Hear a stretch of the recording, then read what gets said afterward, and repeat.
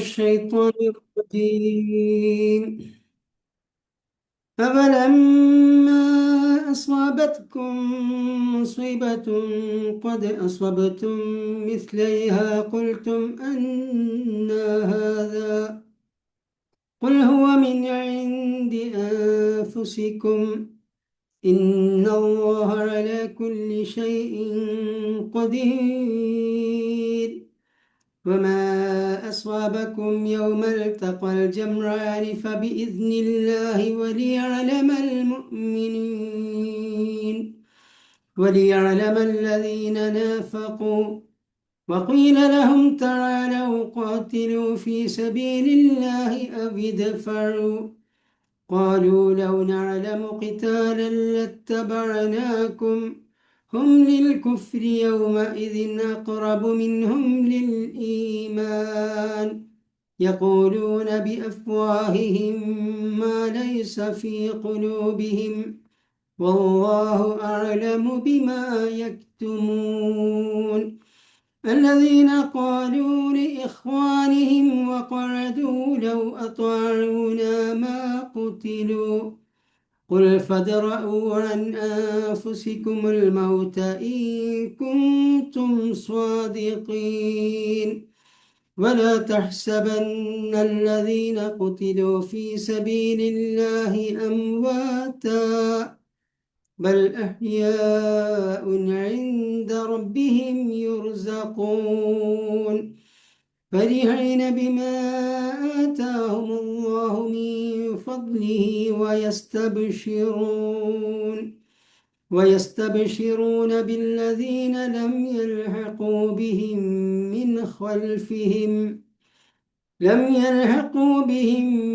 خلفهم ألا خوف عليهم ولا هم يحزنون، يستبشرون بنعمة من الله وفضل وأن الله لا يضيع أجر المؤمنين. صدق الله العلي العظيم.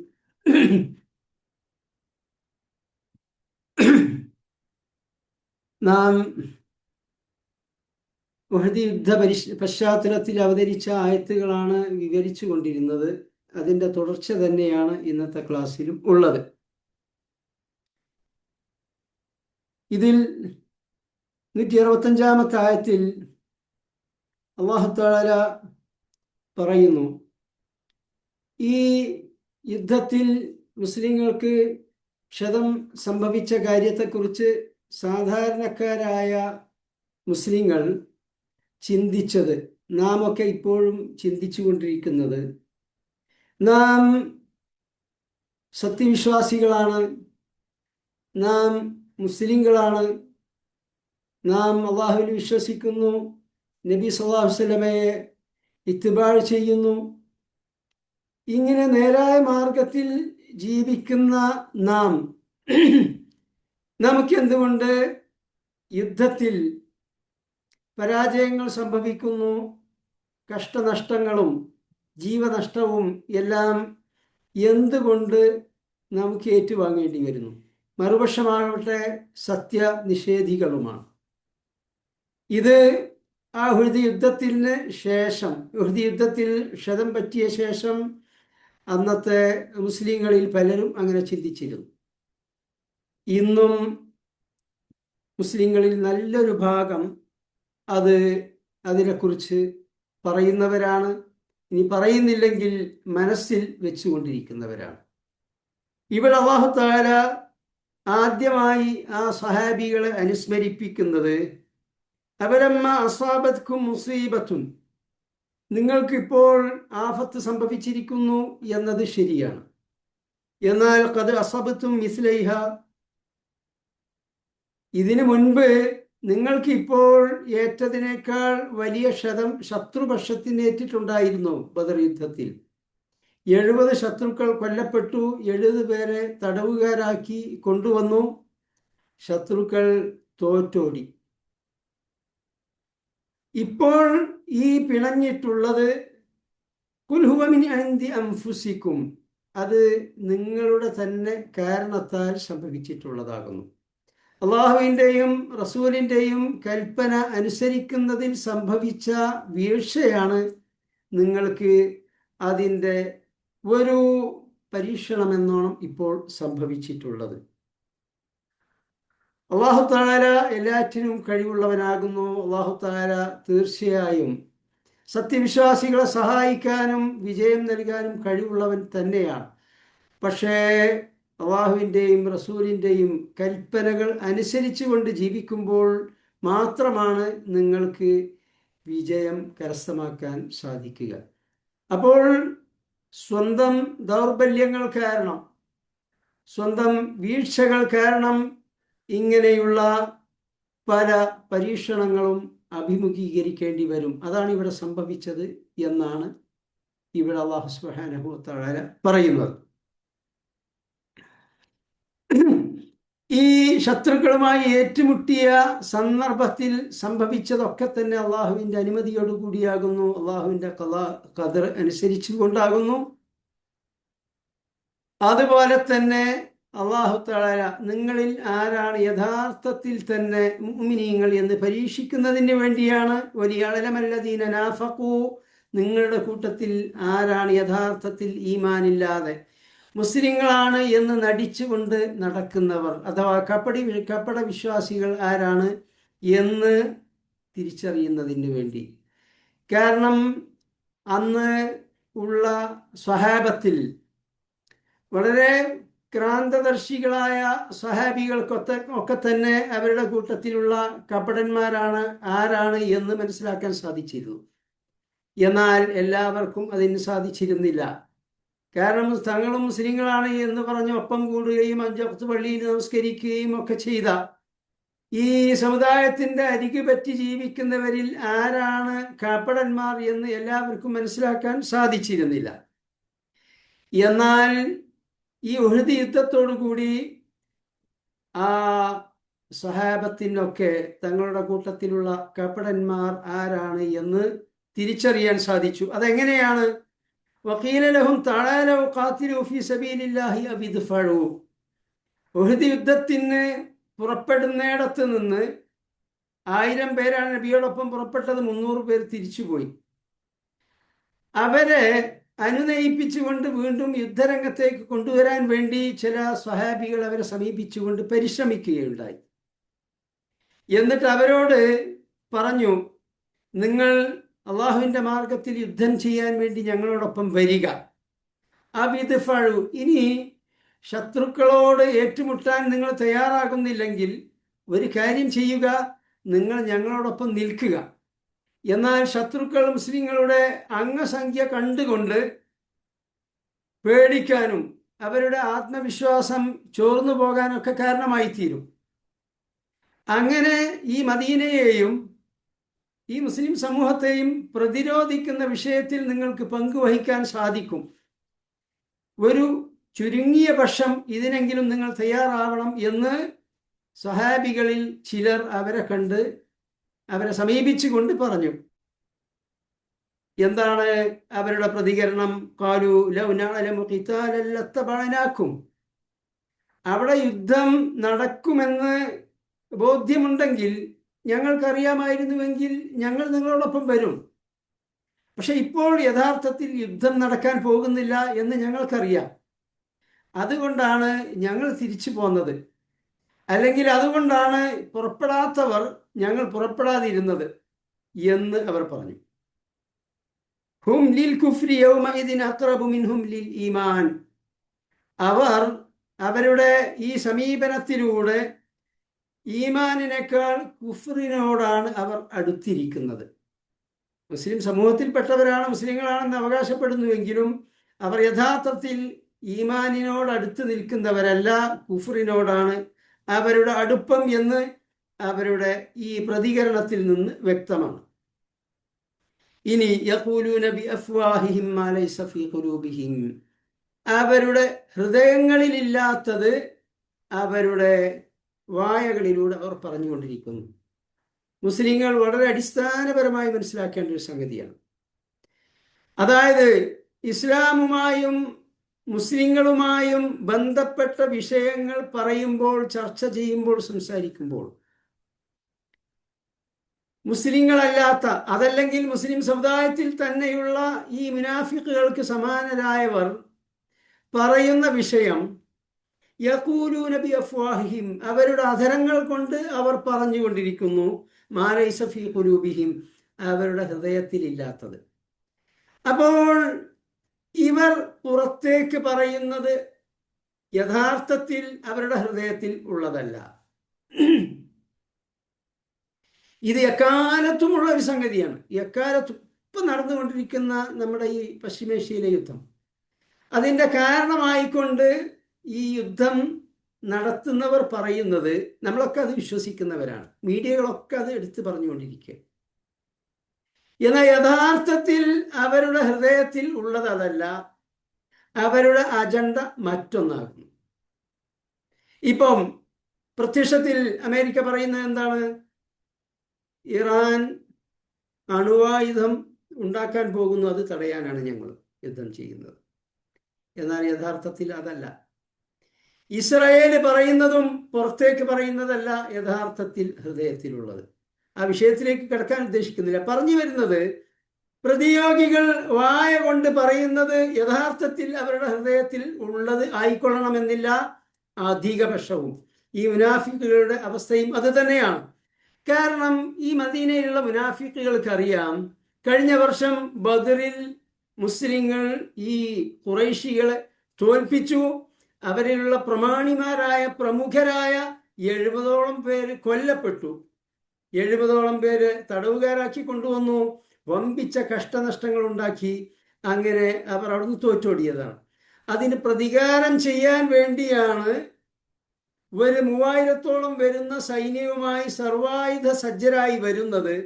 അവർ മദീനയുടെ പരിസരത്ത് വന്ന് വെറും കൈയോടെ മടങ്ങിപ്പോകും എന്ന് ഇവരുടെ ഹൃദയത്തിൽ ഇല്ല. അവരുടെ ഹൃദയത്തിലുള്ളത് യുദ്ധം നടക്കും, യുദ്ധം ചെയ്യാനാണ് വരുന്നത് എന്ന് തന്നെയാണ്. പക്ഷെ ഇവിടെ മുസ്ലിങ്ങളോട് പറഞ്ഞത് എന്താണ്? ലൗ നഅലമു ഖിതാലൻ ലത്തബഅനാകും, അങ്ങനെ യുദ്ധം നടക്കുമെന്ന് ഞങ്ങൾക്കറിയാമെങ്കിൽ ഞങ്ങൾ നിങ്ങളോടൊപ്പം വരും ഈ മദീനയെ പ്രതിരോധിക്കാൻ വേണ്ടി. പക്ഷെ അവിടെ നടക്കൂല. അതുകൊണ്ടാണ് ഇത് ഹൃദയത്തിലില്ലാത്തത് പുറത്തേക്ക് പറയാം. ഈതപര്യന്തം ശത്രുക്കൾ പറഞ്ഞുകൊണ്ടിരിക്കുന്നത് അതാണ്. ഇപ്പൊ നമ്മുടെ രാജ്യത്ത് ഇവിടുത്തെ ഭരണകക്ഷിയുടെ മുദ്രാവാക്യം എന്താണ്? സബ്കാ സാത്ത് സബ്കാ വികാസ്, എല്ലാവരോടുമൊപ്പം എല്ലാവരുടെയും വികസനത്തിനു വേണ്ടി ആണോ? അത് അവരുടെ ഹൃദയത്തിൽ നിന്ന് വരുന്നതാണോ? അല്ല, അവരുടെ പ്രവൃത്തികളിലൂടെ അവർ തെളിയിച്ചുകൊണ്ടിരിക്കുകയാണ്. ഇവിടെയുള്ള മുസ്ലിങ്ങളുടെ പൗരത്വം ഇല്ലാതാക്കാൻ അഹോരാത്രം ശ്രമിച്ചുകൊണ്ടിരിക്കുന്നു. എന്നാൽ അയൽ രാജ്യങ്ങളിലുള്ള ബംഗ്ലാദേശിലും പാകിസ്ഥാനിലും നേപ്പാളിലും ഭൂട്ടാനിലും അഫ്ഗാനിസ്ഥാനിലും ഒക്കെയുള്ള മുസ്ലിങ്ങളല്ലാത്ത ആരെങ്കിലും, അതാരോ ആവട്ടെ, അത് ഹിന്ദുക്കളോ സിഖുകാരോ ക്രിസ്ത്യാനിയോ ആരോ ആവട്ടെ, വരികയാണെങ്കിൽ അവർക്ക് ഇവിടുത്തെ പൗരത്വം കൊടുക്കും. അപ്പൊ യഥാർത്ഥത്തിൽ ഹൃദയത്തിൽ ഉള്ളതാണോ ഈ സബ്കാ സാത്ത് സബ്കാ വികാസ്? അല്ല.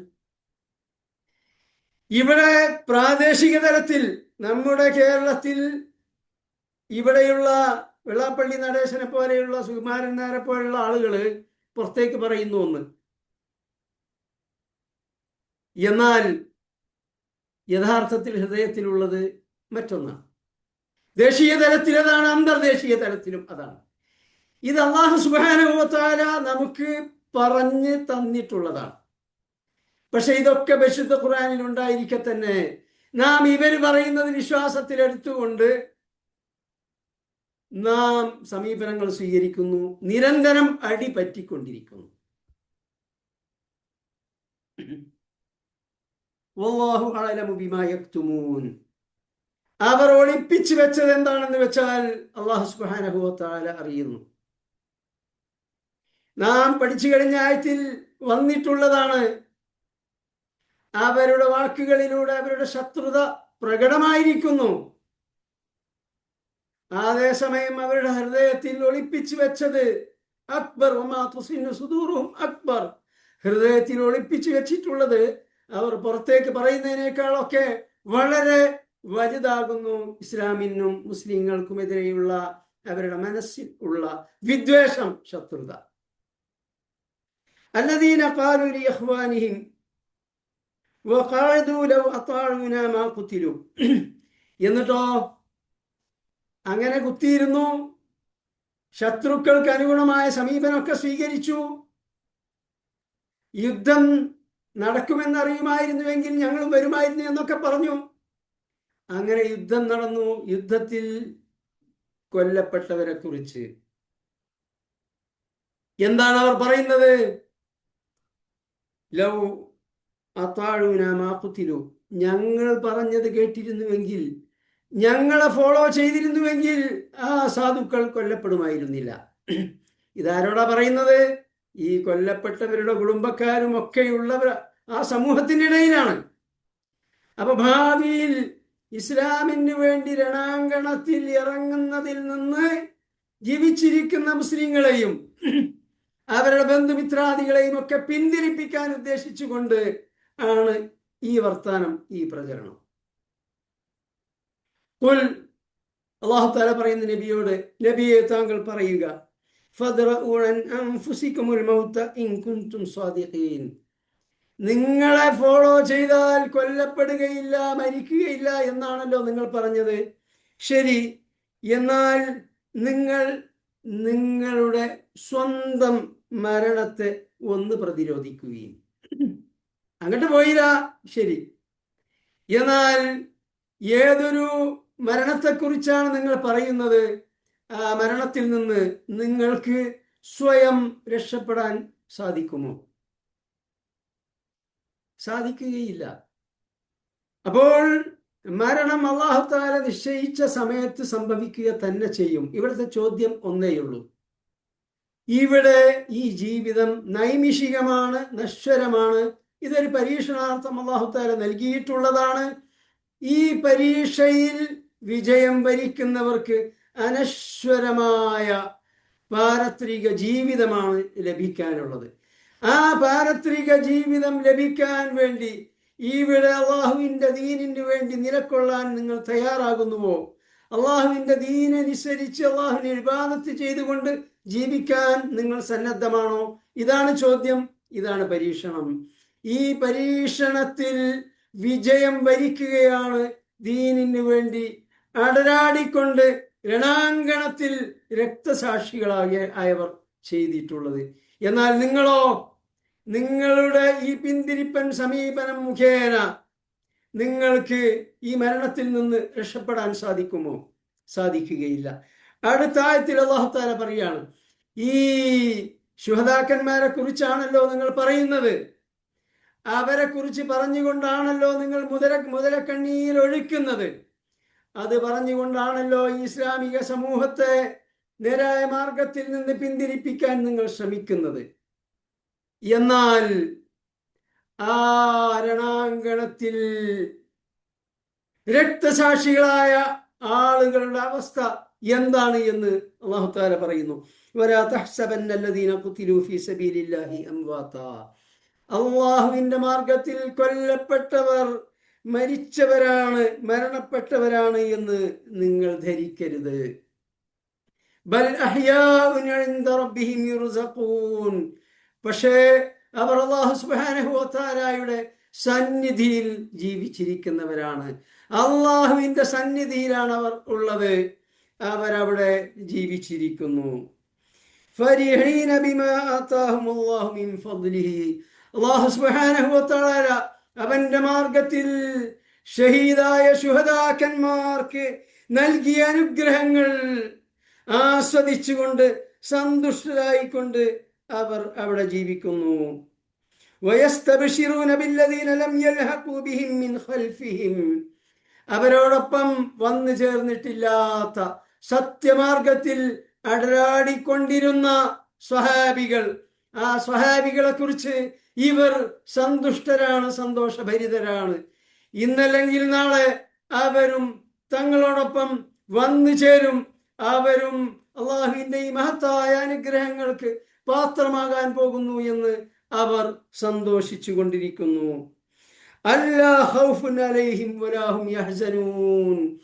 അവർക്ക് യാതൊന്നും ഭയപ്പെടേണ്ടതില്ല, അവർക്കൊരിക്കലും ദുഃഖിക്കാൻ ഹേതുകമാകുകയും ഇല്ല എന്ന് അവർ സന്തോഷിക്കുന്നു. ഇവിടെ ഭയപ്പെടേണ്ടതില്ല എന്നതിന് തഫ്സീറുകൾ നൽകിയിട്ടുള്ളത്, ഈ ലോകത്ത് നിന്ന് മരിച്ചു പിരിയുന്നവർ, അവർ അല്ലാഹു സുബ്ഹാനഹു വ തആലയ്ക്ക് ഇബാദത്ത് ചെയ്തുകൊണ്ട് സജ്ജനങ്ങളായി ജീവിക്കുന്നവരാണെങ്കിൽ, ഇനി അതുമല്ല അല്ലാഹുവിൻ്റെ സത്യത്തിന്റെ മാർഗത്തിൽ ജീവൻ ബലി കഴിച്ചവരാണെങ്കിൽ, അവരെ സംബന്ധിച്ചിടത്തോളം അവരുടെ ഭാവി എന്തായിരിക്കും? അവർ ചെല്ലുന്ന, ആദ്യമായി പ്രവേശിക്കുന്ന ആ ബർസഖിയായ ജീവിതം, ഖബറിലെ ജീവിതം, അവിടുത്തെ അവസ്ഥ എന്തായിരിക്കും? ഇനി അത് കഴിഞ്ഞ് ഖിയാമത്ത് നാളിൽ ഉയർത്തെഴുന്നേൽപ്പിക്കപ്പെട്ടു കഴിഞ്ഞാൽ അവരുടെ ഹിസാബ് എന്ത്? അവരുടെ കിതാബ് എന്ത്? അവരുടെ ഭാവി എന്തായിരിക്കും? തങ്ങൾ സ്വർഗത്തിലാണോ നരകത്തിലാകോ ആണോ? ഇങ്ങനെയുള്ള യാതൊരു ആധിയും വ്യാധിയും ഒരു ബേജാറും ഒരു പേടിയും അവരെ തീണ്ടുകയില്ല. അല്ലാ ഖൗഫുൻ അലൈഹിം. ഭാവിയെക്കുറിച്ച് അവർക്കൊന്നും പേടിക്കേണ്ടതില്ല. അത് സ്വാലിഹീങ്ങളായി സ്വാഭാവിക മരണം പ്രാപിക്കുന്നവരാവട്ടെ, അള്ളാഹുവിന്റെ മാർഗത്തിൽ ഷഹീദാകുന്നവരാവട്ടെ, അല്ലാ ഖൗഫുൻ അലൈഹിം, അവർക്കൊന്നും ഭയപ്പെടേണ്ടതില്ല. വലാ ഹും യഹ്സനൂൻ. അവർ വ്യസനിക്കാനും ദുഃഖിക്കാനും ഹേതുവാകുകയുമില്ല. അതേതാണ്? ഈ തങ്ങൾ വിട്ടേച്ചു പോരുന്നവരെ കുറിച്ചാണ്. തങ്ങളുടെ ജീവിതകാലത്ത് അനുവർത്തിച്ച ജീവിതത്തെക്കുറിച്ചാണ്. തങ്ങൾ പറക്കമുറ്റാത്ത കുട്ടികളെ ഉപേക്ഷിച്ചു കൊണ്ടാണല്ലോ പോന്നിട്ടുള്ളത്. തൻ്റെ കുടുംബം ഇവിടെയുണ്ടല്ലോ, ആ കുടുംബത്തിന്റെ ഭാവി എന്തായിരിക്കും? തൻ്റെ മക്കളുടെ വിദ്യാഭ്യാസം ആര് നിർവഹിക്കും? അവരുടെ വിവാഹകർമ്മം നിർവഹിക്കുക ആരാണ്? ഇങ്ങനെ തുടങ്ങിയിട്ട് ഇവിടെ ഈ ലോകത്ത് നിന്ന് അവർ വിട പറയുമ്പോൾ ആ കുടുംബത്തെക്കുറിച്ച്, കുട്ടികളെക്കുറിച്ച് അവർക്കൊന്നും വ്യസനിക്കേണ്ടി വരികയില്ല, ദുഃഖിക്കേണ്ടി വരികയില്ല. അവരുടെ കാര്യം അല്ലാഹു സുബ്ഹാനഹു വ തആല ഏറ്റെടുക്കും. മുമ്പ് പല ക്ലാസ്സുകളിലും നാം സൂചിപ്പിച്ചതുപോലെ, നമ്മുടെ മക്കളുടെ, നമ്മുടെ കുടുംബത്തിന്റെ ഏറ്റവും വലിയ സുരക്ഷിതത്വം എന്താണെന്ന് ചോദിച്ചാൽ ലൈഫ് ഇൻഷുറൻസ് പോളിസി എടുക്കുന്നതിലല്ല. പലരും നമ്മുടെ റിയാദ് സ്വാലിഹീനിലെ പലരും പല ഘട്ടങ്ങളിലും, ഇപ്പോൾ ഈ അടുത്ത് പോലും ചോദിച്ച കാര്യം ഇൻഷുറൻസ് പോളിസി എടുക്കുന്നതിനെ കുറിച്ചാണ്. അത് ആരോഗ്യ ഇൻഷുറൻസ് ഉണ്ട്, അതുപോലെ തന്നെ കുട്ടികളെ കെട്ടിക്കാനുള്ള ഇൻഷുറൻസ് ഉണ്ട്. ഇങ്ങനെ മോഹന സുന്ദര വാഗ്ദാനങ്ങളുമായി പൈശാചിക ശക്തികൾ, ഇങ്ങനെ മനുഷ്യ പിശാചുക്കൾ കയറി വന്നുകൊണ്ട് ഇങ്ങനെ വ്യാമോഹിപ്പിച്ചുകൊണ്ടിരിക്കും. അപ്പൊ അതൊക്കെ എടുക്കുന്നതിനെ കുറിച്ച് എന്തിന്? കുടുംബത്തിന്റെ സുരക്ഷിതത്വത്തിന്, കുട്ടികളുടെ ഭാവിക്ക്, അവരുടെ വിദ്യാഭ്യാസത്തിന്, അവരുടെ കല്യാണത്തിന്. എന്നാൽ നമ്മുടെ കുടുംബത്തിന്റെ, നമ്മുടെ കുട്ടികളുടെ ഏറ്റവും വലിയ ഇൻഷുറൻസ് എന്തായിരിക്കണമെന്ന് അല്ലാഹു സുബ്ഹാനഹു വ തആല പരിശുദ്ധ ഖുർആനിലും നബി സല്ലല്ലാഹു അലൈഹി വസല്ലം ഹദീസിലും പഠിപ്പിച്ചിട്ടുണ്ട്. അതെന്താണ്? മാതാപിതാക്കളായ നാം അള്ളാഹുവിനെ തഖ്വ ചെയ്തുകൊണ്ട് ജീവിക്കുക. നാം അള്ളാഹുവിനെ തഖ്വ ചെയ്തുകൊണ്ട് ജീവിച്ചാൽ നമ്മുടെ കുടുംബത്തിന്റെ, നമ്മുടെ കുട്ടികളുടെ ഉത്തരവാദിത്വം, അവരുടെ സുരക്ഷിതത്വം, അവരുടെ ഭാവി സർവശക്തനായ അല്ലാഹു സുബ്ഹാനഹു വ തആല ഏറ്റെടുക്കും. നമ്മളിവിടെ ആരെ ഏൽപ്പിക്കണത്? ഇൻഷുറൻസ് കമ്പനികളെ, അല്ലെങ്കിൽ പ്രവാസി നോർക്കെ. അവരാണോ നമ്മുടെ കുടുംബത്തെ സംരക്ഷിക്കേണ്ടത്? അവർക്ക് സംരക്ഷിക്കാൻ സാധിക്കുമോ? ആ പോളിസിയിൽ പറഞ്ഞതല്ലേ അവരെ ഇത് കിട്ടുക. അതെന്നെ ആർക്ക് കിട്ടും? എപ്പോൾ കിട്ടും? ആ പ്രീമിയം മുഴുവൻ അടച്ചു കഴിഞ്ഞെങ്കിലേ കിട്ടൂ. ഇവിടെ അല്ലാഹു സുബ്ഹാനഹു വ തആല യാതൊരു കണ്ടീഷൻസും ഇല്ലാതെ, ഒരു പോളിസിയും എടുക്കാതെ, ഒന്നും അടക്കാതെ നിങ്ങൾ അള്ളാഹുവിനെ തഖ്വ ചെയ്തുകൊണ്ട് ജീവിക്കുകയാണെങ്കിൽ അവരുടെ ഉത്തരവാദിത്തം അല്ലാഹു തആല ഏറ്റെടുക്കും. സൂറത്തുൽ കഹ്ഫിൽ നമ്മൾ പഠിച്ചതാണല്ലോ, ഖിദിർ നബി അലൈഹിസ്സലാമും മൂസാ നബിയും യാത്രയിൽ ഇടിഞ്ഞു പൊളിഞ്ഞു വീഴാനായ മതിൽ ശരിപ്പെടുത്തിയത് മൂസാ നബിക്ക് ദഹിച്ചില്ല. കാരണം ആ നാട്ടുകാർ അവർക്ക് ഒരിറുക്ക് വെള്ളം കൊടുക്കാൻ തയ്യാറാവാത്തവരാണ്. അവർക്ക് ഒരു നേരത്തെ ആഹാരം നൽകുന്നത് വിസമ്മതിച്ചവരാണ്. ആ നാട്ടിൽ എന്തിനു നാം മതിലിന് ഓഷാരമായി പണിയെടുക്കണം, കൂലി വാങ്ങിക്കൂടായോ എന്നാണ് മൂസാ നബി ചോദിച്ചത്. അവസാനം അദ്ദേഹം വിശദീകരിച്ചു. എന്താണ്? നേരത്തെ മരണപ്പെട്ടു പോയ ഒരു പിതാവുണ്ടായിരുന്നു, സ്വാലിഹായ മനുഷ്യനായിരുന്നു, അള്ളാഹുവിനെ തഖ്വ ചെയ്തുകൊണ്ട് ജീവിക്കുന്നയാളായിരുന്നു. അദ്ദേഹം തൻ്റെ മക്കൾ പ്രായമാകുമ്പോൾ, പ്രായപൂർത്തിയെത്തുമ്പോൾ അവർക്ക് ലഭിക്കാൻ വേണ്ടി ഒരു നിധി മതിലിന്റെ താഴെ സൂക്ഷിച്ചിട്ടുണ്ടായിരുന്നു. പഴയ കാലത്തൊക്കെ അങ്ങനെയാണ്, ബാങ്ക് സംവിധാനമൊന്നുമില്ലല്ലോ. എവിടെങ്കിലുമൊക്കെ സൂക്ഷിക്കും, എന്നിട്ട് എഴുതി വെക്കും, ഇന്ന സ്ഥലത്ത് ഇന്ന സമയത്ത് എടുക്കണം എന്നൊക്കെ പറഞ്ഞിട്ട്. അങ്ങനെയാണ് നിക്ഷേപം. ആ മതില് ജീർണിച്ച് അത് നിലം പൊത്തിക്കഴിഞ്ഞാൽ ഈ മക്കളുടെ സ്വത്ത് സമ്പാദ്യം ഈ പിതാവ് കാത്തു കരുതി വെച്ചത് അന്യാധീനപ്പെട്ടു പോകാതിരിക്കാനാണ്. അല്ലാഹു സുബ്ഹാനഹു വ തആല വഹയിലൂടെ ഒരു പ്രവാചകന് സന്ദേശം നൽകി. അത് സംരക്ഷിക്കാൻ, ഈ കുട്ടികളുടെ ഭാവി സുഭദ്രമാക്കാൻ ഏർപ്പാട് ചെയ്തത്. ഇതെന്തിനാണ് അല്ലാഹു തആല അവന്റെ പരിശുദ്ധ വേദഗ്രന്ഥത്തിൽ പറഞ്ഞത്, പഠിപ്പിച്ചത്? നാം ഈ പലിശാധിഷ്ഠിത ഇൻഷുറൻസ് പോളിസികൾ അവലംബിക്കാതിരിക്കാനാണ്. ദൗർഭാഗ്യകരമായ കാര്യം. ഇതെല്ലാം പറയേണ്ട പണ്ഡിതന്മാർ നിശബ്ദത പാലിക്കുന്നു എന്നതാണ്. നാട്ടിൽ നിർബാധം പലിശാധിഷ്ഠിതമായ ഇത്തരം ഏർപ്പാടുകൾ നടന്നുകൊണ്ടിരിക്കുമ്പോൾ മുസ്ലിം സമൂഹം ഈ പാറ്റകളെ പോലെ അതിലേക്ക് നടന്നുകൊണ്ടിരിക്കുമ്പോൾ അതിനെതിരെ കമ എന്ന ദർശനം പറയാതെ അതിൽ നിന്ന് പിന്തിരിപ്പിക്കേണ്ട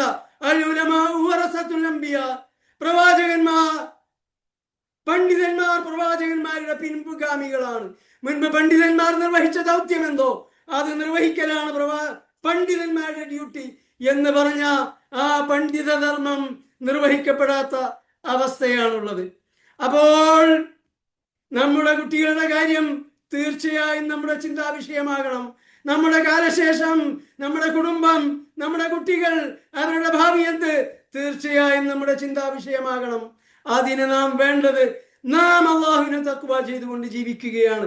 എന്നാൽ ഈ മാതാപിതാക്കൾ സ്വാലിഹീങ്ങളാണെങ്കിൽ, മുത്തഖീങ്ങളാണെങ്കിൽ അവരുടെ മക്കളുടെ ഉത്തരവാദിത്വം അല്ലാഹു തആല ഏറ്റെടുക്കും. സർവശക്തനായ, ഉറക്കവും മയക്കവും ബാധിക്കാത്ത, ഹയ്യുൽ ഖയ്യൂമായ, നിതാന്ത ജാഗ്രതയോടെ എന്നെന്നും ഈ പ്രപഞ്ച ഭരണം നിർവഹിച്ചുകൊണ്ടിരിക്കുന്ന അല്ലാഹു തആല ഏറ്റെടുത്തിരിക്കുന്നു സുരക്ഷിതത്വം. അതാണോ നാം ഫോളോ ചെയ്യേണ്ടത്, അല്ലെങ്കിൽ ഈ സംഗതികളാണോ? അതുകൊണ്ട് അവരുടെ കാര്യത്തിൽ ലാ ഖൗഫുൻ അലൈഹിം വലാ ഹും യഹ്സനൂൻ, അവരുടെ വിഷയത്തിൽ ഒരിക്കലും വ്യസനിക്കാൻ, ദുഃഖിക്കാൻ ഹേതുവാകുകയില്ല. അള്ളാഹുവിന്റെ മാർഗത്തിൽ ജീവിക്കുന്നവർക്ക്, അള്ളാഹുവിന്റെ മാർഗത്തിൽ ജീവൻ ബലിയർപ്പിച്ചവർക്ക്. ഈ യുദ്ധത്തിൽ ഷഹീദായ കൂട്ടത്തിൽ അബ്ദുല്ലാഹ് റളിയല്ലാഹു അൻഹു ഉണ്ട്. അബ്ദുല്ലാഹ് റളിയല്ലാഹു അൻഹു 7 പെൺകുട്ടികളെ വിട്ടേച്ചാണ് അദ്ദേഹം പോയത്. ഒരാൺകുട്ടി മാത്രമാണ് ഉണ്ടായിരുന്നത്, ജാബിർ റളിയല്ലാഹു അൻഹു. യുദ്ധത്തിൽ പുറപ്പെടുമ്പോൾ മകനെ വിളിച്ചു നൽകിയ വസിയത്ത് നാം നേരത്തെ പറഞ്ഞു കഴിഞ്ഞിട്ടുണ്ട്. അത് ഇവിടെ ആവർത്തിക്കാൻ ഉദ്ദേശിക്കുന്നില്ല. പക്ഷെ ഒരിക്കലും ഈ പെൺകുട്ടികളുടെ കാര്യത്തിൽ അദ്ദേഹത്തിന് ദുഃഖിക്കേണ്ടി വന്നിട്ടില്ല, വ്യസനിക്കേണ്ടി വന്നിട്ടില്ല. ആ പെൺകുട്ടികളെ ലോകത്താക്കിയിട്ട് ഞാൻ യുദ്ധത്തിന് വന്ന് കൊല്ലപ്പെട്ടു പോയല്ലോ എന്ന് ഒരിക്കലും ദുഃഖിക്കാൻ അല്ലാഹു തആല അവസരം നൽകിയിട്ടില്ല. ആ പെൺകുട്ടികളുടെ കാര്യം സഹോദരൻ ജാബിർ റളിയല്ലാഹു അൻഹു ഏറ്റെടുത്തു. അദ്ദേഹം വിവാഹം ചെയ്ത കാര്യം മുമ്പ് പറഞ്ഞതാണ്.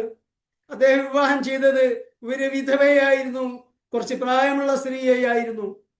നബി ചോദിച്ചു, ഒരു കന്യകയെ വിവാഹം ചെയ്തുകൂടായിരുന്നുവോ? അദ്ദേഹം പറഞ്ഞു, എൻ്റെ പിതാവ് 7 പെൺകുട്ടികളെ വിട്ടേച്ചു കൊണ്ടാണ് പോയത്. യുവതികളായ, പ്രായപൂർത്തിയായ, വിവാഹത്തിന്റെ പടിവാതിൽക്കൽ നിൽക്കുന്ന അവരുടെ വീട്ടിലേക്ക് അവരെ പോലെയുള്ള ഒരു പെൺകുട്ടിയെ കൊണ്ടുവരാൻ ഞാൻ ഇഷ്ടപ്പെട്ടില്ല. അവർക്കൊരു ഉമ്മയാകുന്ന, അവർക്കൊരു താങ്ങും തുണയുമാകുന്ന ഒരു സ്ത്രീയെ ഞാൻ വിവാഹം ചെയ്യാൻ കാരണം അതാണ്. അപ്പോൾ പിതാവ് വിട്ടേച്ച് പോയിട്ടുണ്ടെങ്കിൽ പിതാവിന്റെ സ്ഥാനത്ത് സഹോദരൻ അല്ലാഹു സുബ്ഹാനഹു വ തആല അവരോധിച്ചു. അങ്ങനെ അങ്ങനെ അല്ലാഹു തആല അവരുടെ സംരക്ഷണം ഏറ്റെടുത്തു, എന്നെന്നും ഏറ്റെടുക്കും. ആ അല്ലാഹുവിൽ തവക്കുൽ ചെയ്തുകൊണ്ട് വേണം നാം ജീവിക്കാൻ. ഇനി അത് മാത്രമല്ല, ദുഃഖിക്കാനും വ്യസനിക്കാനും ഹേതുവാകുകയില്ല എന്ന് പറഞ്ഞത്. ഈ ജീവിതത്തിൽ അള്ളാഹുവിന്റെ ദീനിന് വേണ്ടി നിലകൊണ്ടു, അള്ളാഹുവിനെ ഇബാദത്ത് ചെയ്തുകൊണ്ട് ജീവിച്ചു. അവസാനം അള്ളാഹുവിന്റെ ദീനിന്റെ സത്യത്തിന്റെ മാർഗത്തിൽ ജീവൻ ബലിയർപ്പിച്ചു. ഇതിന്റെ പേരിൽ ഭാവിയിൽ ഖബറിൽ ജീവിക്കുമ്പോൾ സയ്യാത്തും ഹസനാത്തും തൂക്കി കണക്കാക്കുന്ന മഹ്ശറവൻ സഭയിൽ സിറാത്ത് പാലം കടക്കുമ്പോൾ, നാളെ എത്തേണ്ടിടത്ത് എത്തുമ്പോൾ, ഞാൻ അന്ന് അത് ചെയ്തത് അത് തെറ്റായി പോയല്ലോ, അത് വാഴ്ത്തമായല്ലോ എന്നൊരിക്കലും ദുഃഖിക്കുകയും വ്യസനിക്കുകയും വേണ്ടി വരില്ല. അപ്പോൾ ഈ പിന്തിരിപ്പന്മാരുടെ വർത്താനം അഗണ്യ കോടിയിൽ തള്ളുക, സത്യത്തിന്റെ മാർഗത്തിൽ മുന്നോട്ട് പോകുക. ആ മാർഗത്തിൽ ജീവിച്ചതിന്റെ പേരിൽ ഒരിക്കലും ദുഃഖിക്കുകയോ വ്യസനിക്കുകയോ വേണ്ടതില്ല, ഭാവിയെക്കുറിച്ച് ഭയപ്പെടേണ്ടതുമില്ല എന്ന മഹത്തായ സന്ദേശമാണ് ഇവിടെ നൽകുന്നത്. അല്ലാഹു സുബ്ഹാനഹു വ തആല അല്ലാഹുവിന്റെ ദീനിന്റെ മാർഗത്തിൽ മുന്നോട്ട് പോകുന്ന വിഷയത്തിൽ ഈ കൽപ്പന 100% അനുസരിക്കാൻ നമുക്ക് തൗഫീഖ് നൽകി അനുഗ്രഹിക്കുമാറാകട്ടെ. യസ്തബ്ശിറൂന ബിനിഅമത്തിൻ മിനല്ലാഹി വഫദ്ലിൻ. അല്ലാഹു തആല അവർക്ക്, ഈ ശുഹദാക്കന്മാർക്ക് നൽകിയ മഹത്തായ അനുഗ്രഹത്തിന്റെ പേരിൽ അവർ അങ്ങേയറ്റം സന്തുഷ്ടരാണ്. വഅന്നല്ലാഹ ലാ യുദീഉ അജ്റൽ മുഅ്മിനീൻ. ഒരിക്കലും അല്ലാഹു സുബ്ഹാനഹു വ തആല സത്യവിശ്വാസികളുടെ കർമ്മം പാഴാക്കി കളയുകയില്ല. അള്ളാഹുവിന്റെ മാർഗത്തിൽ എന്തൊരു കർമ്മം ചെയ്താലും അതെത്ര നിസ്സാരമായാലും അതിന് 10 മടങ്ങ് പ്രതിഫലം നൽകിക്കൊണ്ട് അല്ലാഹു തആല അനുഗ്രഹിക്കും. ഒരിക്കലും അല്ലാഹു തആല അമലുകൾ പാഴാക്കുകയില്ല എന്ന് കണ്ട് ബോധ്യപ്പെട്ടുകൊണ്ട് അവർ സന്തുഷ്ടരായിരിക്കുകയാണ്.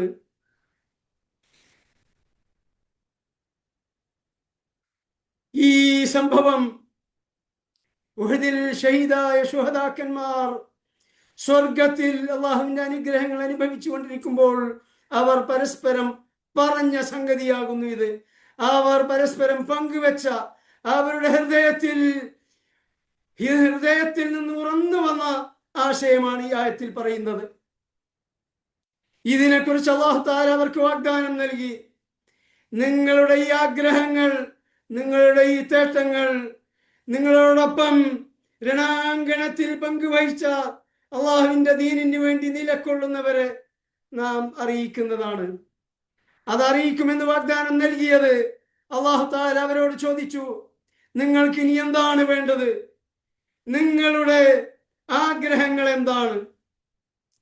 അപ്പോൾ ഒരേ ഒരു ആഗ്രഹമാണ് അവർക്ക് പറയാനുണ്ടായിരുന്നത്. അല്ലാഹുവേ, നീ ശുഹദാക്കന്മാർക്ക് നൽകിയ ഈ മഹത്തായ അനുഗ്രഹങ്ങൾ, ഈ പദവികൾ, ഇത് വീണ്ടും വീണ്ടും കരസ്ഥമാക്കാൻ വേണ്ടി ഞങ്ങൾക്ക് നീ ദുനിയാവിലേക്ക് ഒന്നുകൂടി അവസരം നൽകണമേ.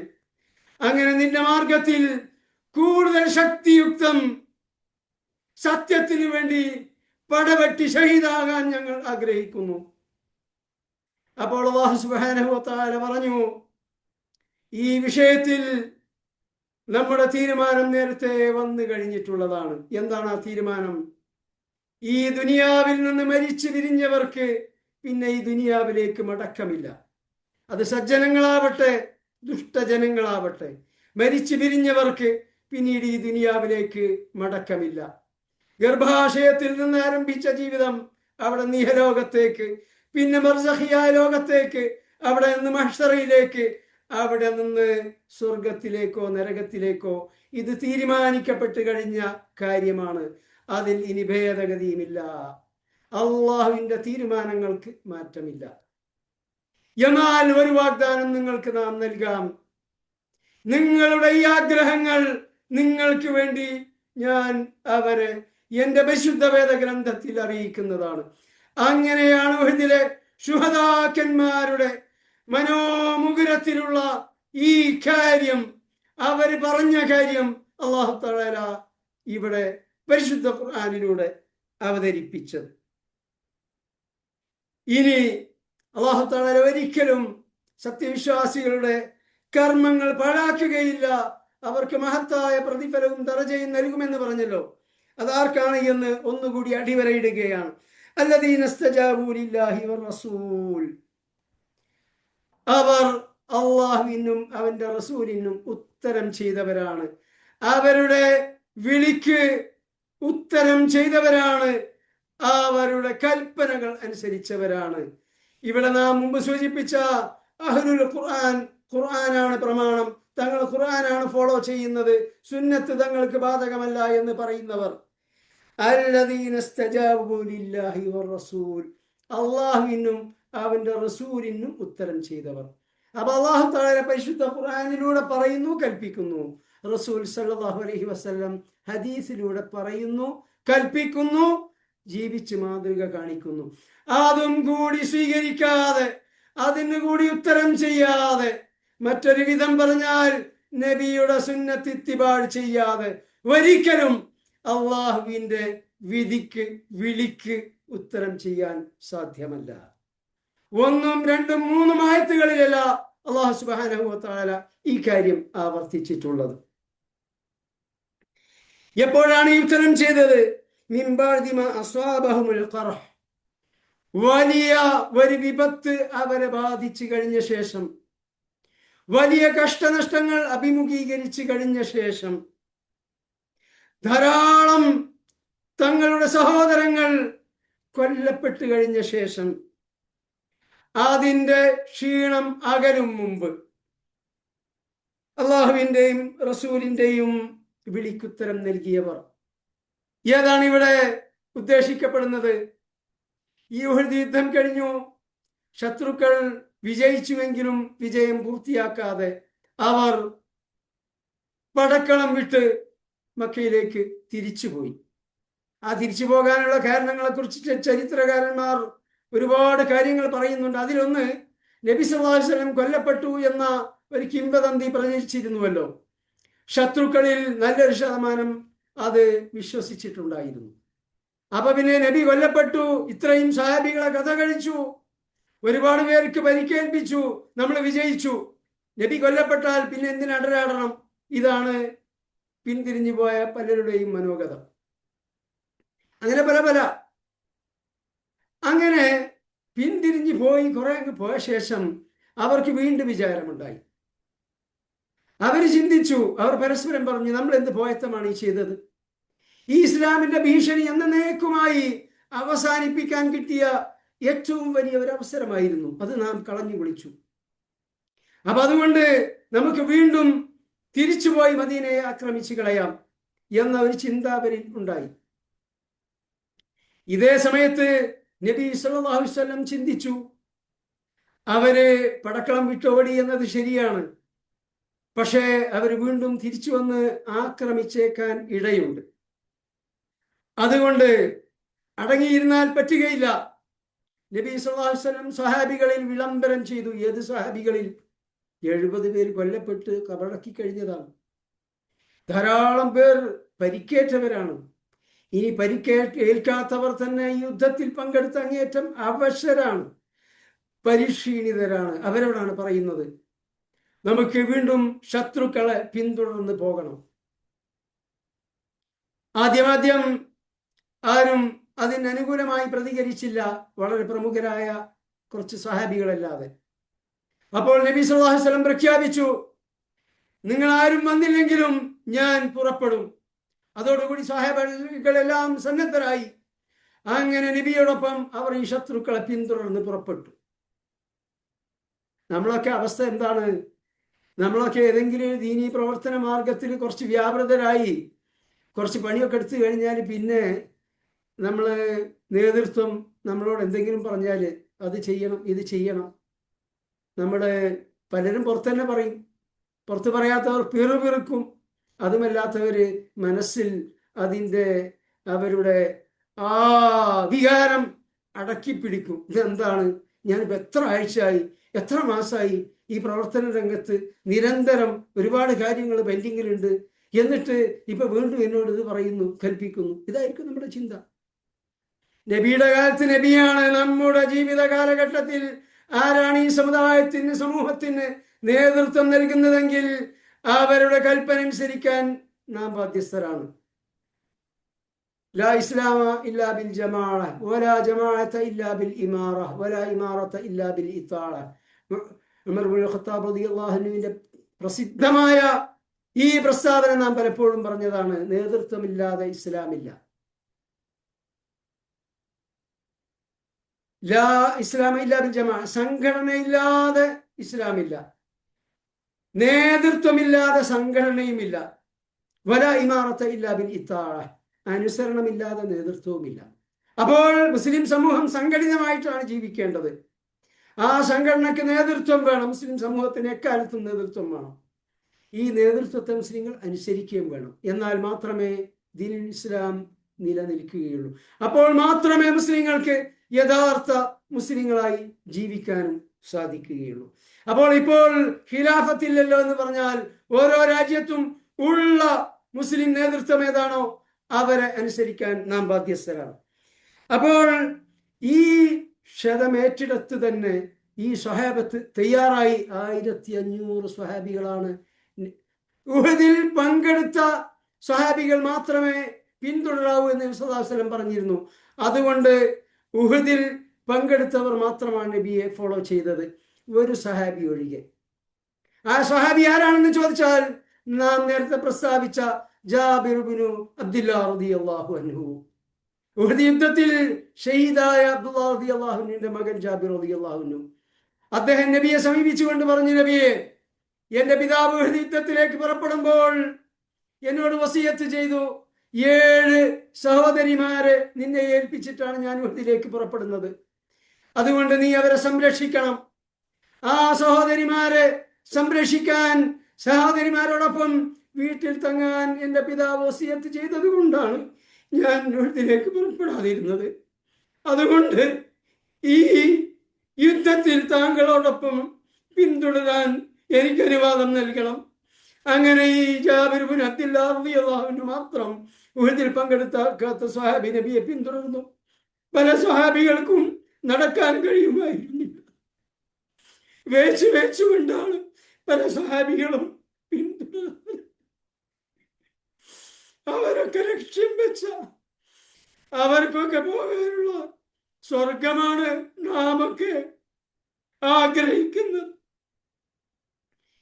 അവരൊക്കെ നൽകിയ, അവരൊക്കെ ചെയ്ത ത്യാഗത്തിന്റെ അടുത്ത് നമുക്ക് എത്താൻ സാധ്യമല്ല. പക്ഷേ എന്തെങ്കിലുമൊക്കെ ഈ ദീനിന്റെ മാർഗത്തിൽ ത്യാഗം സഹിക്കാൻ, ധനം ചെലവഴിക്കാൻ, സമയം ഈ ദീനിന്റെ മാർഗത്തിൽ നൽകാൻ നാം തയ്യാറാകാതെ എങ്ങനെയാണ് നാം ഈ സ്വർഗം ലഭിക്കാൻ ആഗ്രഹിക്കുക എന്ന് നാം ഒരു നിമിഷം ചിന്തിച്ചു നോക്കുക. ഒരു പണ്ഡിതൻ പറഞ്ഞൊരു കാര്യം ഞാൻ ഓർക്കുകയാണ്. നാളെ സ്വർഗത്തിൽ സ്വർഗാവകാശികൾ മുഖാമുഖം പല്ലക്കുകളിൽ ഇരുന്നു കൊണ്ട് സംഭാഷണം നടത്തുമെന്ന് ഖുർആനിൽ പറഞ്ഞിട്ടുണ്ട്. അങ്ങനെ ആ സ്വർഗാവകാശികൾ, അതിൽ ശുഹദാക്കളുണ്ട്, സ്വാലിഹീങ്ങളുണ്ട്, അതിൽ മഹാന്മാരായ പ്രവാചകന്മാരുണ്ട്, സിദ്ദീഖുകളുണ്ട്, എല്ലാവരുമുണ്ട്. അവർ തങ്ങളുടെ ജീവിതകാലത്ത് ദീനുൽ ഇസ്ലാമിന് വേണ്ടി അർപ്പിച്ച ത്യാഗങ്ങൾ, അവർ പങ്കെടുത്ത സമരം, യുദ്ധം, ദീനിന്റെ മാർഗത്തിൽ അവർ ഏൽക്കേണ്ടി വന്ന ബുദ്ധിമുട്ടുകൾ, ഇതെല്ലാം ഇങ്ങനെ അയവിറക്കിക്കൊണ്ടിരിക്കുകയാണ് സ്വർഗത്തിൽ. ആ സന്ദർഭം, ആ മുഹൂർത്തം നാം ഒന്ന് ആലോചിച്ചു നോക്കുക. നാം സ്വർഗത്തിലാണെങ്കിൽ എന്താണ് നമുക്ക് പറയാനുണ്ടാകുക? അള്ളാഹുവിന്റെ അനുഗ്രഹത്താൽ ഈ റിയാദുസ് സാലിഹീൻ, അള്ളാഹുവിന്റെ പരിശുദ്ധ വേദഗ്രന്ഥം ഈ കേരളത്തിൽ പ്രചരിപ്പിക്കാൻ വേണ്ടി അതിന്റെ പാരായണവും അതിന്റെ ആശയവുമെല്ലാം പഠിക്കാനുള്ള സംരംഭത്തിൽ വ്യാപൃതരാണ്. ആ മാർഗത്തിൽ ഈ റിയാദ് സാലിഹീനിലെ എല്ലാവരും, പ്രത്യേകിച്ച് സ്ത്രീകൾ, അങ്ങേയറ്റത്തെ ത്യാഗനിർഭരമായ സേവനങ്ങൾ അനുഷ്ഠിച്ചുകൊണ്ടിരിക്കുന്നു. ചില സിറ്റിങ്ങുകൾ ഒരാഴ്ച, 2 ആഴ്ച, 3 ആഴ്ചയൊക്കെ ദീർഘിച്ച് നടക്കുന്നവയാണ്.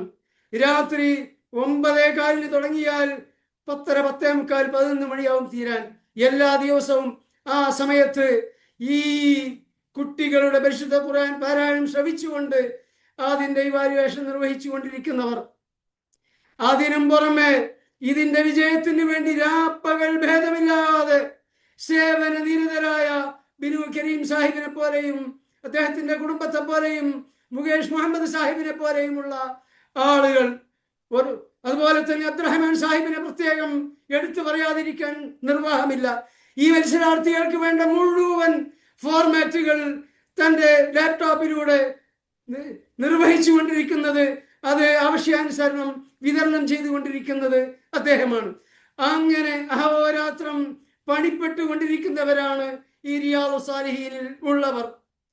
തീർച്ചയായും അവർക്ക് നാളെ സ്വർഗത്തിൽ അള്ളാഹുവിന്റെ കിതാബ് ഈ കാസർഗോഡ് മുതൽ കന്യാകുമാരി വരെയുള്ള പ്രദേശത്ത് ജനലക്ഷങ്ങൾക്ക് അള്ളാഹുവിന്റെ വേദഗ്രന്ഥം പഠിപ്പിക്കാനുള്ള പ്രവർത്തനത്തിൽ ഞങ്ങൾ വ്യാപൃതരായിരുന്നു. അതിന്റെ പേരിൽ ആയിരക്കണക്കായ കുട്ടികൾ അള്ളാഹുവിന്റെ ഖുർആൻ ഹൃദിസ്ഥമാക്കാൻ ശ്രമിച്ചു. അതിൽ കൂടുതൽ പേർ തജ്വീദ് നിയമപ്രകാരം അത് പഠിക്കാൻ പരിശ്രമിച്ചു.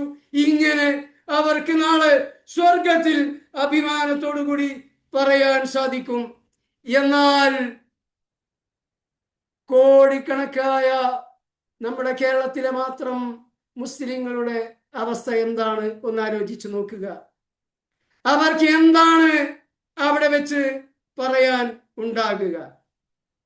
ഈ സംഗതികളൊക്കെ നാം, നമ്മുടെ സഹജീവികൾ, നമ്മുടെ സഹോദരീ സഹോദരന്മാർ അവരെ ബോധ്യപ്പെടുത്തുകയും അള്ളാഹുവിന്റെ ദീനിന്റെ മാർഗത്തിൽ പ്രത്യേകിച്ച് അള്ളാഹുവിന്റെ പരിശുദ്ധ വേദഗ്രന്ഥം ഒന്നാമതായി പഠിക്കുകയും അത് പഠിപ്പിക്കാനുള്ള പ്രവർത്തനങ്ങളിൽ പങ്കുവഹിക്കുകയും ചെയ്യുന്നതിനെ കുറിച്ച് നാം മറ്റുള്ളവരെ പ്രേരിപ്പിക്കുകയും ഈ മാർഗത്തിലേക്ക് കൊണ്ടുവരാൻ ശ്രമിക്കുകയും വേണ്ടതുണ്ട് എന്ന് സാന്ദർഭികമായി ഇവിടെ പറയുകയാണ്.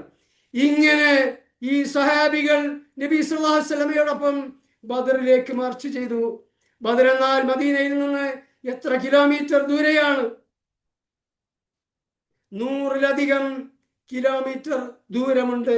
100ഓളം കിലോമീറ്റർ ദൂരമുണ്ട് ഈ മദീനയിൽ നിന്ന് ബദറിലേക്ക്.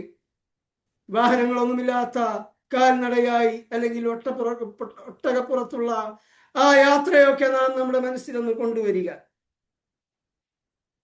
അങ്ങനെ അള്ളാഹുവിന്റെയും റസൂലിന്റെയും വിളിക്ക് ഈ അങ്ങേയറ്റം പ്രതികൂലമായ സാഹചര്യത്തിൽ പോലും ഉത്തരം ചെയ്തവർ, ലില്ലദീന അഹ്സനു മിൻഹും വത്തഖൗ അജ്റുൻ അളീം.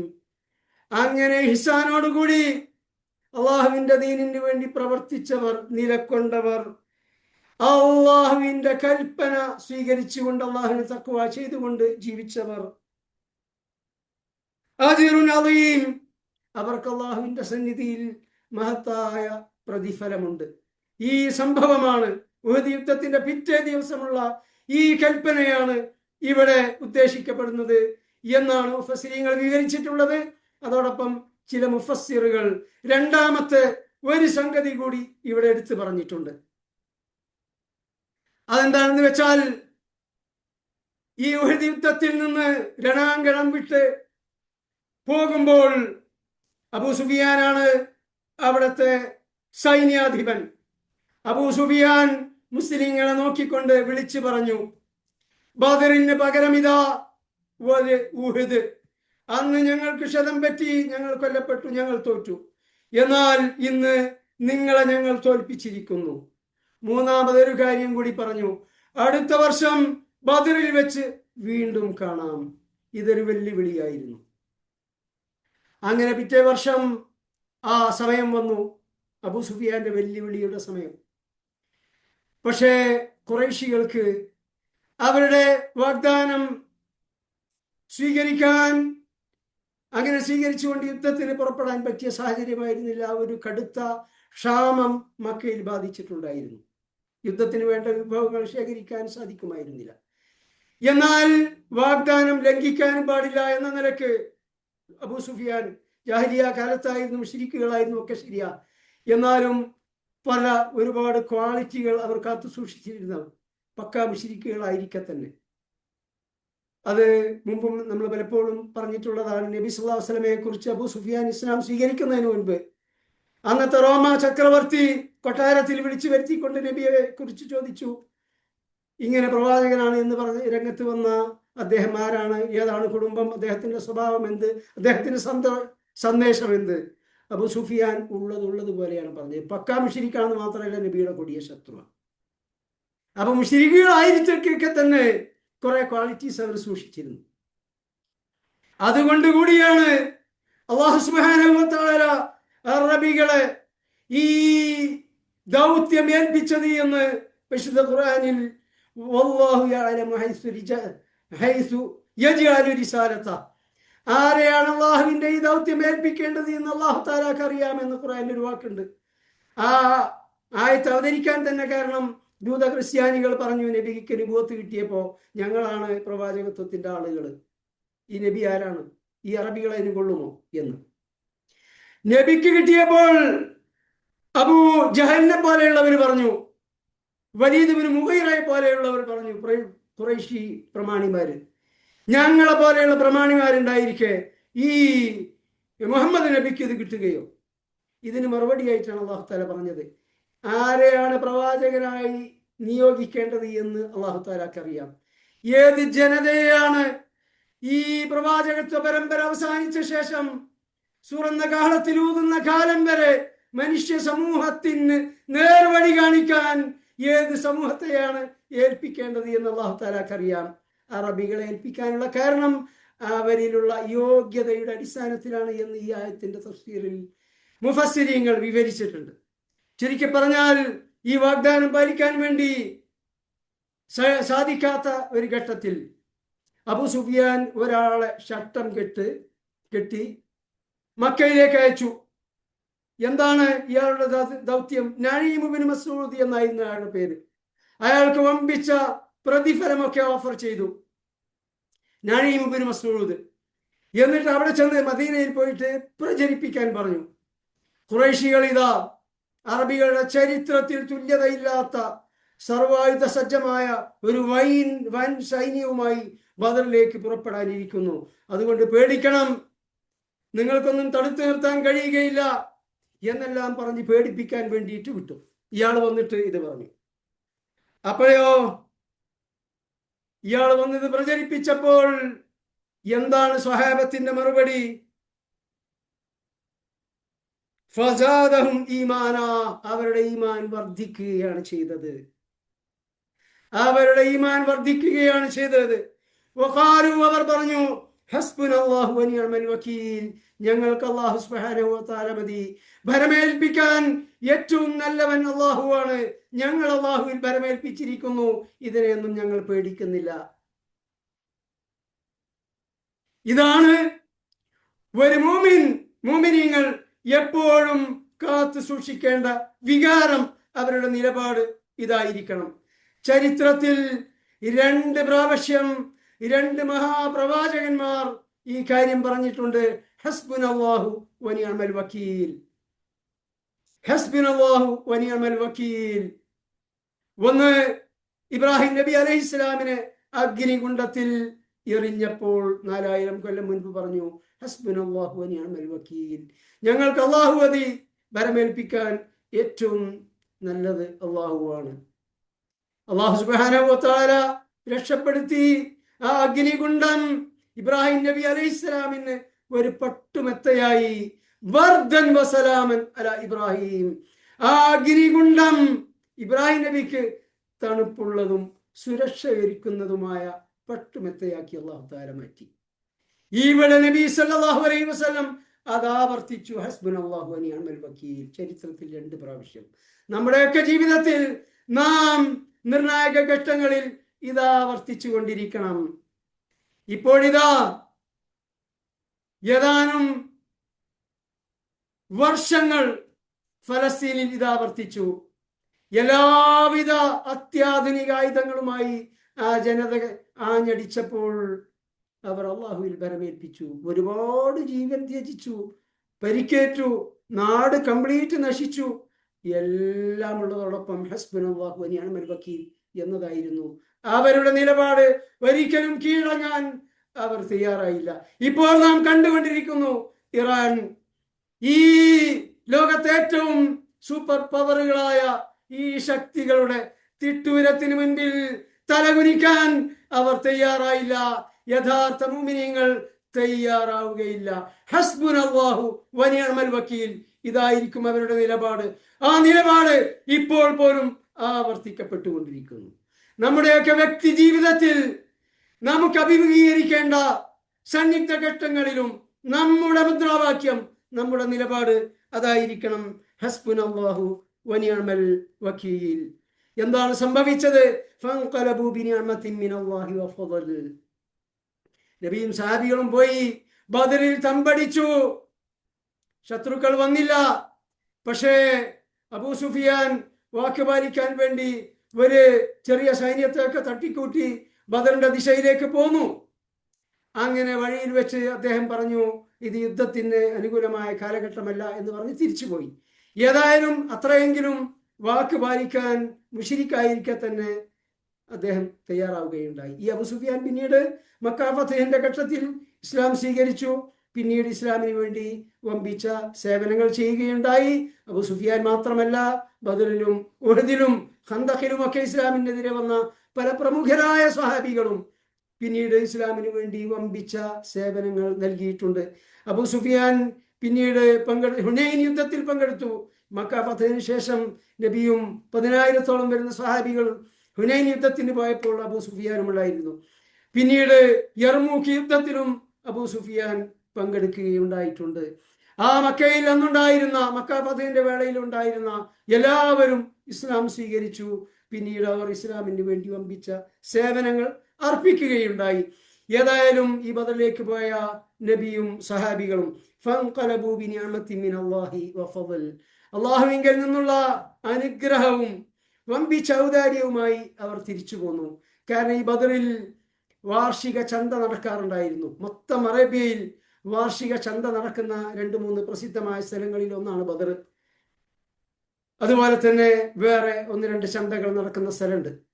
അവിടെ നബിയും ഈ പിന്നീട് ഇസ്ലാം സ്വീകരിച്ച സ്വഹാബികളുമൊക്കെ പങ്കെടുക്കാറുണ്ടായിരുന്നു. അവിടെ സാഹിത്യ സദസ്സുകൾ, പ്രതിഭകളുടെ മാറ്റുരക്കലൊക്കെ നടക്കാറുണ്ടായിരുന്നു. ഉമർ ബിൻ ഖത്താബ് റളിയല്ലാഹു അൻഹു ആ ഇസ്ലാം സ്വീകരിക്കുന്നതിന് മുൻപ് തന്നെ അവിടെ പ്രസംഗിച്ച് വാഗ്മിത്വം തെളിയിച്ച പ്രതിഭകളിൽ ഒരാളായിരുന്നു.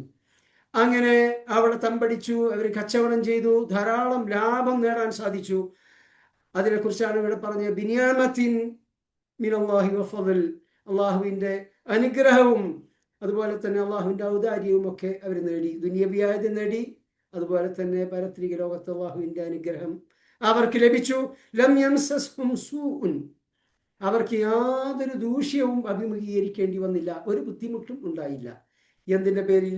അള്ളാഹുവിൻ്റെയും റസൂലിൻ്റെയും കൽപ്പന അനുസരിച്ചതിൻ്റെ പേരിൽ. അവർ അള്ളാഹുവിൻ്റെ പ്രീതി പിന്തുടർന്നു, പ്രീതി കാംക്ഷിച്ചു. അതുകൊണ്ട് അവർക്ക് വിജയം വരിക്കാൻ സാധിച്ചു. അള്ളാഹുവിൻ്റെ റിളാ, അള്ളാഹുവിൻ്റെ പൊരുത്തം, തൃപ്തി, അതായിരിക്കണം നമ്മുടെ ലക്ഷ്യം. അത് ലക്ഷ്യം വെച്ചുകൊണ്ട് നാം എങ്ങോട്ട് തിരിഞ്ഞാലും എവിടെ പോയാലും നമുക്കതുകൊണ്ട് ഗുണമേ ഉണ്ടാകൂ, അതുകൊണ്ട് നന്മയേ ഉണ്ടാകൂ, അതുകൊണ്ട് ദുനിയാവിലും ആഖിറത്തിലും നമുക്ക് വിജയം ലഭിക്കും. വല്ലാഹു ദു ഫദ്ലിൻ അളീം, അല്ലാഹു തആല അങ്ങേയറ്റത്തെ ഔദാര്യം ഉടയവരാകുന്നു. അള്ളാഹുവിനെ തഖ്വ ചെയ്തുകൊണ്ട് ജീവിക്കുന്നവർ, അള്ളാഹുവിൻ്റെ കൽപ്പന അനുസരിക്കുന്നവർ, അവർക്ക് അല്ലാഹു തആല മഹത്തായ പ്രതിഫലം നൽകും. അല്ലാഹു തആല ഉദാരമതിയാണ്. ഇന്നമാ ദാലികും ശൈത്വാനു യുഖവ്വിഫു ഔലിയാഅഹു, ഈ മദീനയിൽ വന്ന് പ്രചരിപ്പിച്ചല്ലോ, ആ പ്രചരിപ്പിച്ചതിൻ്റെ പിന്നിലുണ്ടായിരുന്നത് പൈശാചിക ശക്തികളാണ്. ആ പൈശാചിക ശക്തികൾ അവൻ്റെ ആളുകളെ പേടിപ്പിക്കാൻ വേണ്ടിയാണ് ഈ പ്രചരണം നടത്തിയത്. അപ്പൊ അത് കേൾക്കുമ്പോഴേക്കും അതിനെയുള്ള മുനാഫിക്കുകളൊക്കെ കൂട്ടം കൂടുമല്ലോ. നേരത്തെ ഉഹദ് യുദ്ധത്തെ തുടർന്ന് ഉഹദ് യുദ്ധത്തിന്റെ ഈ പ്രത്യാഘാതങ്ങളുടെ ഒരു ഗുണമായിട്ട് അല്ലാഹു തആല അവിടെ എടുത്തു പറഞ്ഞത് സാധാരണ മുസ്ലിങ്ങൾക്ക് മുനാഫിക്കുകളെ തിരിച്ചറിയാൻ സാധിക്കുകയായിരുന്നില്ല. ബദർ ഉഹദ് യുദ്ധത്തോടു കൂടി അതുകൊണ്ട് നെല്ലും പതിരും വേർതിരിഞ്ഞു. അതായിരുന്നു അതിൻ്റെ ഒരു ഉദ്ദേശം എന്ന് അവിടെ പറഞ്ഞിട്ടുണ്ട്. അപ്പോ ഈ മുനാഫിക്കുകൾ അവരെ പ്രചോദിപ്പിക്കാൻ വേണ്ടി ഈ പൈശാചിക ശക്തികൾ ഇവിടെ വന്ന് പ്രചരിപ്പിച്ചു, ഇവരവരോടൊപ്പം കൂടി എന്നല്ലാതെ യഥാർത്ഥ മുഅ്മിനീങ്ങൾ ഫലാ തഖാഫുഹും, ഒരിക്കലും അവരെ ഭയപ്പെടരുത്. വഖാഫൂനി, എന്നെയാണ് നിങ്ങൾ ഭയപ്പെടേണ്ടത്. അല്ലാഹു തആല പറയുന്നു, ഇൻ കുൻതും മുഅ്മിനീൻ, നിങ്ങൾ സത്യവിശ്വാസികളാണെങ്കിൽ. അപ്പോൾ സത്യവിശ്വാസികൾ എല്ലായ്പ്പോഴും അള്ളാഹുവിൻ്റെയും റസൂലിൻ്റെയും കൽപ്പന അനുസരിക്കുക. ശത്രുക്കൾ എത്ര വലിയ വീറ്റോ പവർ ആണെങ്കിലും, എത്ര വലിയ സൂപ്പർ പവർ ആണെങ്കിലും, ഏത് സർവായുധ സജ്ജരാണെങ്കിലും ഒരിക്കലും അവരെ ഭയപ്പെടാതിരിക്കുക. സത്യവിശ്വാസികൾ ആ നിലപാടാണ് അനുവർത്തിക്കേണ്ടത്. അല്ലാഹു സുബ്ഹാനഹു വ തആല അത്തരം യഖീനായ ഈമാനുള്ള സത്യവിശ്വാസികളുടെ കൂട്ടത്തിൽ നമ്മെ ഉൾപ്പെടുത്തി അനുഗ്രഹിക്കുമാറാകട്ടെ. അസ്സലാമു അലൈക്കും വറഹ്മത്തുള്ളാഹി വബറകാതുഹു.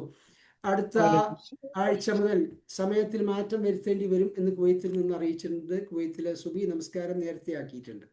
അപ്പോൾ സമയം ഇൻഷാ അല്ലാഹ് ഒരു മെസ്സേജിലൂടെ അറിയിക്കുന്നതാണ്. ഒരു പക്ഷേ അരമണിക്കൂർ മുമ്പായിരിക്കും, അല്ലെങ്കിൽ 15 മിനിറ്റ് മുമ്പായിരിക്കും. ഇൻഷാ അല്ലാഹ് തീരുമാനം അറിയിക്കും. അസ്സലാമു അലൈക്കും വറഹ്മത്തുള്ളാഹി വബറകാതുഹു.